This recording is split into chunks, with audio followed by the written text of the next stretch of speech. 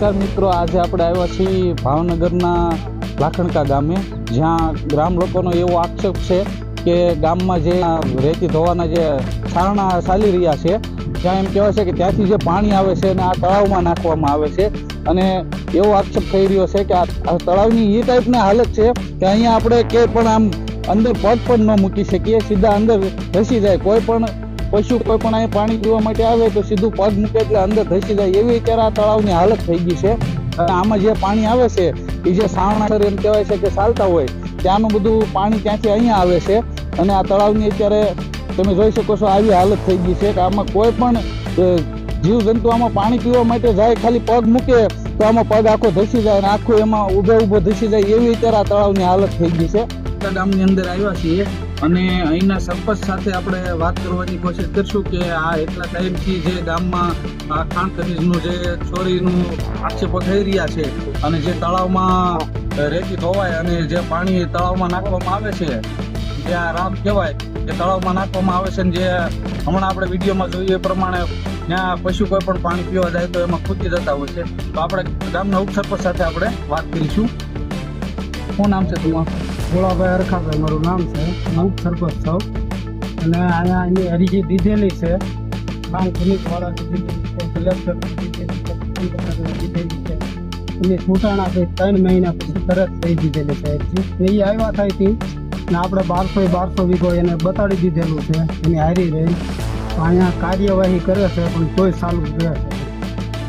તો એટલી અરજી દીધી હોય તો એ લોકો જેટલી વાર આવે છે તો અહીંથી કાંઈ ભરી જાય છે કે શું એ લોકો કરે છે? પછી કારીક બધું ભરી લે છે, પકડાઈ જાય એને ભરી લે, બીજા બધા કોઈ હા, તો જેનું પકડાનું હોય એ ભરાઈ જાય છે અને બાકીનું અમુક રહી જાય એ એમને ચાલુ રહે છે. હા, એ સારું બરોબર. હા, અને તો પછી તમે જ્યારે જાણ કરો ત્યારે એ લોકો આવે છે અને તો બધા લોકોને એક સાથે ક્યારે ભરી ગયા કે હાવ ક્યારે બંધ કરી દીધું એવું નથી થતું ગામમાં? એવું તો નથી કોઈ વાત. એક ફરી ભરી લીધા હતા 6-7 સાણા. હા, તે દી 10-15 દી બંધ રહ્યું, પછી પાછું ચાલુ થઈ ગયું. તો 10-15 દિવસ ચાલુ કરી બંધ રાખીને પછી પાછું ચાલુ થઈ જ જાય? હા, ચાલુ થઈ જાય. તો તમને કેમ લાગે છે આમાં કોઈ એને મોટા કોન્ટ્રાક્ટ છે કે શેના આધારે કે એને કઈ કાયદાનો ડર શેના આધારે એટલું બધું ચાલુ કરી નાખે છે?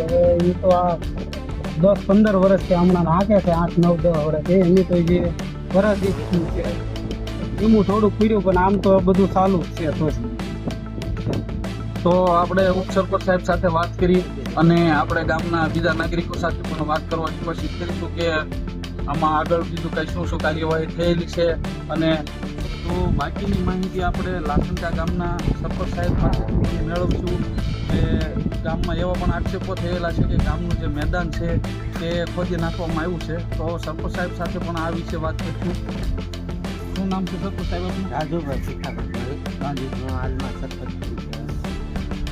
તમારે જે મેદાન છે તમારા ગામનું, એમાં અમે એવા આક્ષેપો થયેલા છે કે મેદાન ખોદી નાખવામાં આવેલું છે. તો તમારા ગામને મેદાન ફાળવવામાં આવેલું છે અને આવેલું છે તો શું એની હાલત થઈ છે? ફાળવવામાં આવેલું છે અને મેદાન અત્યારે બને એમ જ નથી. આપણે ઘણું બધું ખોદાણ થઈ ગયેલું છે. અમે આને માટે અરજીઓ પણ કરી અને આપણે છોકરાને જે ભરતીનો ઓલો આવે ને તેની એને ખર્ચે રાઉન્ડ પણ કરી દીધો અમારા પોતાના ખર્ચે, પણ હજી આમાં કાંઈ નિકાલ નથી આવ્યો. હજી મેદાન તો અમારે આ પૂર્વમાં તો બહુ સમય લાગી જાય, કાંઈ થાય એમ છે નહીં.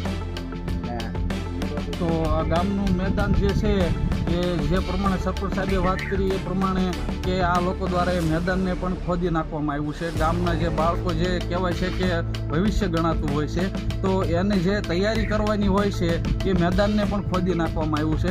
અને સરપંચ સાહેબના કહેવા પ્રમાણે કે પોતાના સ્વખર્ચે પંચાયતે એ મેદાનને અત્યારે રિપેર કરવાની કોશિશ કરી છે, પણ અમે જે અમારી નજરે જોયું છે એ મેદાનમાં બહુ વધારે પડતું ખાડાની એવું હતું અને વિડીયો પણ અમે તમને બતાવીશું. અને આ રીતની ગામની અત્યારે હાલમાં પરિસ્થિતિ છે.